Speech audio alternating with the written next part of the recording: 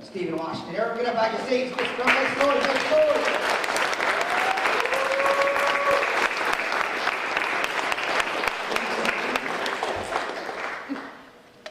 Good afternoon, everyone.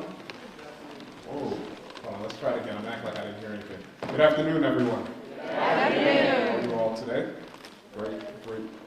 So happy to be here today. Again, my name is Steve Washington. I am from, I want to say right down the road, but it's maybe a little bit further than that. I'm from the inner city of Philadelphia, and so happy to be on the tour today. So a whole lot of other things that I could have been doing, Rob could have been doing, EJ could have been doing, but we're truly here because we want to help you guys out. That's it. At one time, we all sat in these same seats, and just like Rob said, there wasn't a lot of people there sharing with us, at least not on the topic of entrepreneurship.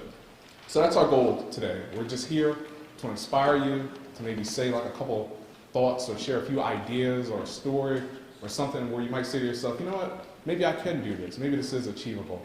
A little bit of background on me. Again, I'm from Philadelphia, but not the good part. Anybody ever see Fresh Prince of Bel-Air? Talks about West Philadelphia, born and raised. That's where I was born and raised, West Philadelphia. And stuff he talked about how his mom shipped him off because she didn't want him to be in that kind of environment. Well, I didn't have an Uncle Banks and Aunt Phil in California somewhere, so I had to stay. And it was rough. We grew up pretty poor, didn't have a whole lot of money, had to be involved in some very interesting experiences because of the neighborhood that I grew up in. My mother's car was shot out twice before from a drive-by shooting. And that's really rough. That was like really a critical time in my life. The first time it happened, it was New Year's. It was New Year's night, and in the city, for some reason, they like to shoot guns on New Year's. And it's like, okay. So we came out the next morning, and our back window was gone. And I was like, oh wow, that was interesting. I'm glad somebody had a good time at the expense of our car. And a few years later, we thought we were moving to a better neighborhood, and we moved there. And I remember it just like it was yesterday. My mother had just walked in the house about 5 minutes before, and then all of a sudden we hear just gunshots just rang out, like 6, 7, 8. No, it was way more than that. It was a lot of gunshots that rang out. And, you know, we're like in the house ducking. It sounds like a war is going on outside of my house. And now, mind you, my mother had just gotten in the house 5 minutes before that. And we come outside later, and her car is completely totaled. Like, it's just bullet holes everywhere. Apparently, somebody decided to hide, you know, I guess they were chasing after this one guy, and somebody decided to hide behind my mother's car to avoid, I guess, getting shot. And I mean, I'm glad he didn't get shot, but could have found another car to hide behind. And that's the kind of life that I grew up in. I wasn't, you know, I don't have like the story where I used to sell drugs or anything like that. No, I came from a very good family. One thing I like to say is we didn't have a lot of money, but we had a lot of love. And so it was a lot of love in the house. Once you got in the house, you were good. But the outside environment, it was pretty tough. And one of the opportunities that I had as a teenager is I said, look, I know we don't have a lot of money. I know I have to get a job so I can bring some money into the house. And so all the jobs that I had were with small business owners. And I was like, that's interesting. So you get to know a lot of these guys. I worked for a linen company. We were where we sold towels and sheets and linen and stuff. And I got to work very closely with the business owner, with the owner of the company. And one of the things that I noticed was, while he was smart, I mean, he wasn't a genius, and he had a lot of money. And I said, well, I'm not a genius, and I would like more money than I have, and I would like to be out of this situation, so maybe entrepreneurship is the way to go. And so that began me on my road to entrepreneurship.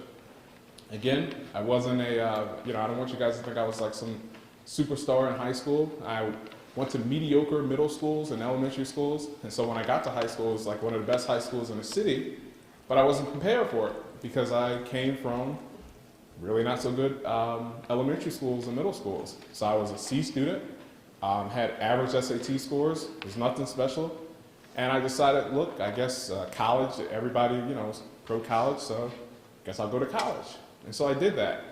And I started off 2 years at a college called Hampton University. It's based in Virginia, near Virginia Beach. And the way I ended up there was actually a little bit funny. You guys give me 2 minutes. I love to go on tangents, so I'll start here. I had a girlfriend in high school. And I was like super in love, and super dreamy, like, man, this girl's great. And then I said, well, what college are you going to? And she's like, I'm going to Hampton. And I'm like, I never heard of Hampton before. And she's like, well, yep, that's where I'm going. So I said, I guess that's where I'm going.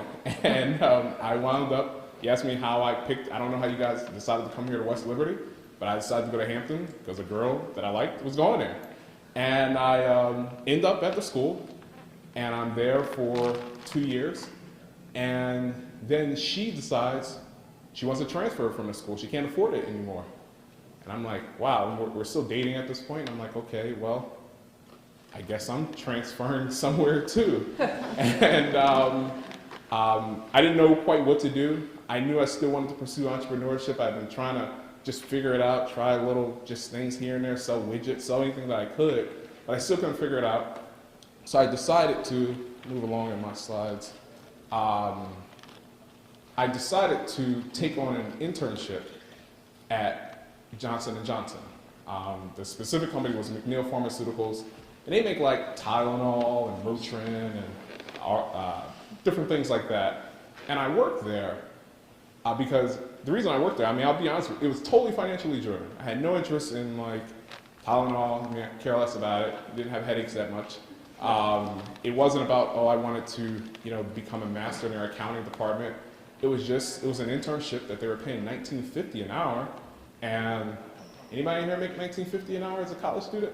Like that was great money. And so I said, I'll give it a shot. And I began working there. It was a 9-month program. And it just wasn't what I was looking for. I mean, it was totally a corporate lifestyle, and it was just very, excuse my grammar, it was just very kiss buddy, you know what I mean? And it was like, just very like, just wasn't my style at all. And I said to myself, you know what? I'd always wanted to start a business anyway, so I need to somehow figure out a way that I can start this business. So while I was there, I said, okay, look, I'm making during there $20 an hour, so let me take this money, try to put it away so I can start a business, because you need money to start a business, you need a lot of money to start a business, at least that's what I thought. And so I took the money, put it away, and then I said, okay, you know what? When I go back to school for my junior year, I'm going to figure out how to start a business. I don't know how, I don't know what my method's going to be, but somehow I'm going to start a business. And so this is when the internet was already there, but it was just really kind of starting to come alive. And eBay was a new company, and I saw a lot of people selling just stuff on eBay. And I'm like, all right, I want to sell stuff on eBay too. And so it's like, okay, so what do you want to sell? So I started looking around. I saw people were selling like, you guys see it. They call them like power sellers on eBay. They're like selling TVs, and they're selling dirt bikes. They're selling perfume, just all kinds of stuff. And I'm like, yeah, I want to do that. I got some money saved up. I probably have maybe about $3,000 or $4,000 saved. I'm like, I'm going to do that. I'm going to figure it out. I'm going to buy some inventory of something. And I looked around, and I searched, and I decided, you know what? I'm going to focus on clothing. So I'm going to figure out a way that I can buy clothes on the internet and sell it. And that's how the Washington Distributions was formed. I said, okay, look, I want to buy like a Ralph Lauren polo shirt from some wholesaler or somebody else, sell like 100 or 200 of them to me. And I think at the time I could buy them for about $23 or $24. And you can sell them on the internet for about 40 or 45 bucks. So I'm like, hey, I can make 15, 20 bucks a shirt. Sounds like a win. But something in me just said, you know what? Just keep digging a little bit deeper. Like just try to see if you can find it at a better price. So I'm seeing them at 24 bucks, and I'm like, I can make money here, but I just need to just dig a little bit deeper on this. These were U.S. companies from all around. A lot of companies were based in New York and different other wholesale districts. And I said, I am going to dig a little bit deeper. So I dug a little bit deeper, and so I start seeing shirts, the prices dropping from about $24 per shirt to about $19 per shirt. I'm like, okay, this is interesting. And now think about it, guys. If I'm buying this stuff wholesale, $5 makes a big difference. I mean, if I'm buying 100 shirts at a time, that's like a $500 savings. So I'm like, okay, well, maybe I'll just buy these shirts for 19 bucks.